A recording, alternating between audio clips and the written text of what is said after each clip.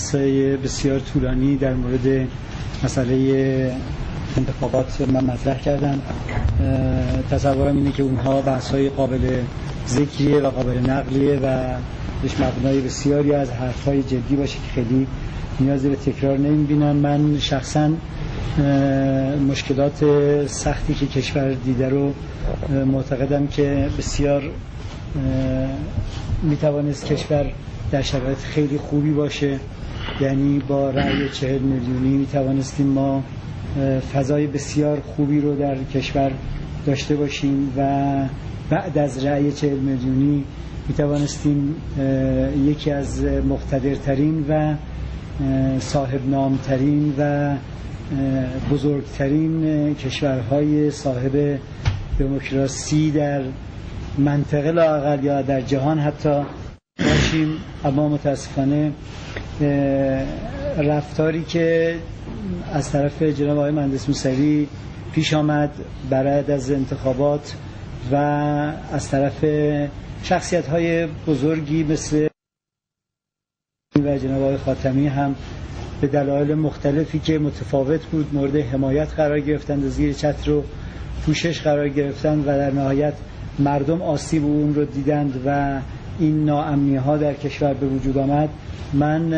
در چنین شرایطی معتقدم که اول از همه باید اعلام بکنم از اینکه چنین شجاعتی پیدا کردم که این دیدگاهام رو بیام مطرح بکنم خیلی خوشحالم، چون صبح هم گفتم شجاعت معمولاً در رفتار یک جریان سیاسی با حاکمیت، یک اپوزیسیون با حاکمیت تعریف میشه، اما شجاعت این که دیدگاهی رو انسان داشته باشه و بتوانه اون رو شجاعانه بیاد مطرح بکنه، من فکر میکنم اون مهمتره. بعد از پیروزی، بعد از پایان روز جمعه، اون توهمات خیلی شکل جدی به خودش گرفت. از اون بدتر این بود که بعد از اینکه آرا معلوم شد و نتیجه فاصله 11 میلیونی آرا دیده شد، باز هم روی این مسئله تقلب تاکید کردن. من بارها گفتم که دوستان اصلاح طلب قبل از پیروزی انتخابات همیشه روی این نکته تاکید داشتن که تقلب در ایران چیزی بین 1 تا 1 میلیون حد اکثر چیزیه که ممکن اتفاق بیفته. حتی در دوران آقای خاتمی رقم 400,000 یا 500,000 اختلاف بین آقای کروبی و آقای احمدی نژاد رو هم به عنوان تقلب نپذیرفتند و اون رو ازش به عنوان تخلف یاد کردن. این که کسی 11 میلیون اختلاف رو به عنوان تقلب تلقی بکنه و به جامعه ارائه بکنه، این نشانه اینه که طبیعتاً جامعه رو نمیشناسه. من در صحبت هم اشاره کردم که امام رضوان الله تعالی علیه حفظ نظام رو از اوجب واجبات میدونن، حتی از نماز هم در یه جای واجب، یعنی حفظ نظام رو در مقایسه با وجوب نماز مقایسهش میکنن. در چنین شرایطی کسی که خودش رو طرفدار جریان خط امام میدونه نمیتونه کاری رو بکنه که کل نظام دچار چنین آسیب بزرگی بشه و واقعا دچار آسیب بسیار بزرگی شد که اگر رهبر معظم انقلاب اسلامی با اقتداری که نشون دادن و با جمله مشهوری که گفتن که یک قدم عقب نشینی نمی کنم، یک قدم عقب نشینی کرده بودن، در این جریان متاسفانه نخبگان تجربه بدی دادن. اگر رهبری معظم انقلاب یک قدم عقب نشینی می‌کردن، ما مثلث ناامنی افغانستان، عراق، ایران رو در این منطقه داشتیم و این بزرگترین آسیبی بود که هم ایران را و هم انقلاب رو و هم اسلام رو و هم مردممون منطقه رو دچار آسیب می‌کرد. این آراء 13 میلیونی که واقعاً با شور و شوق به ایشان داده شد و با امید به ایشان داده شد، این رو به جای اینکه در چنین فضایی مصرف بکنم، در فضای تقویت دموکراسی و در فضای تقویت جامعه مدنی و نهادهای مدنی در ایران مصرف می‌کردن. یک پیام کوتاه تبریک بعد از دیدن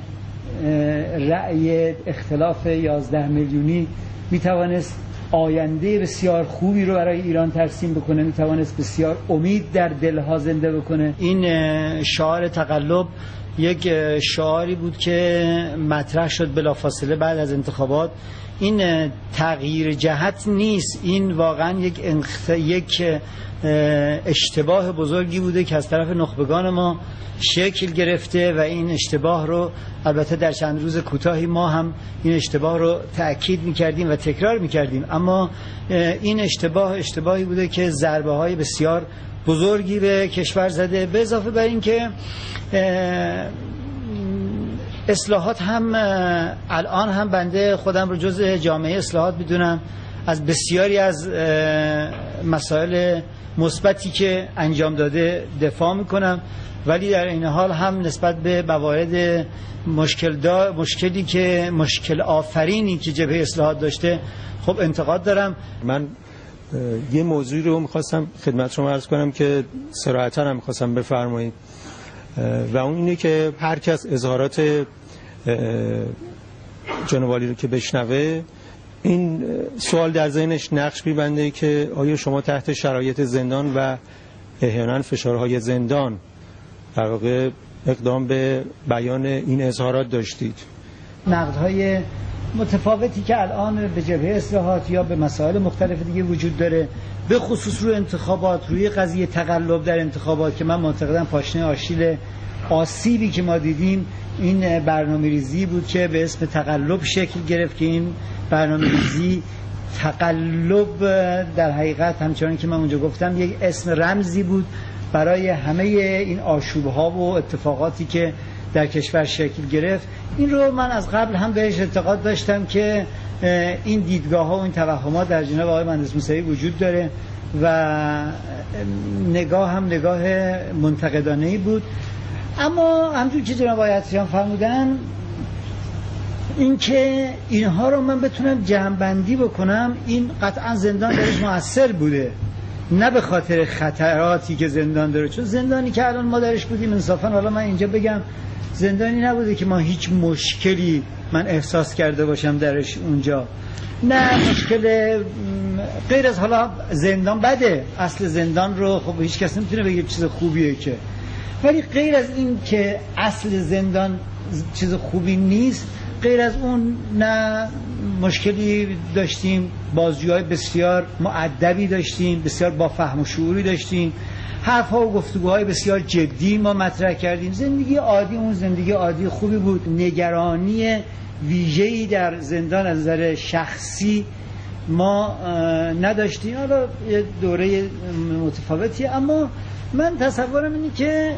بسیاری از دوستان ما هم که حتی اینجا نیستن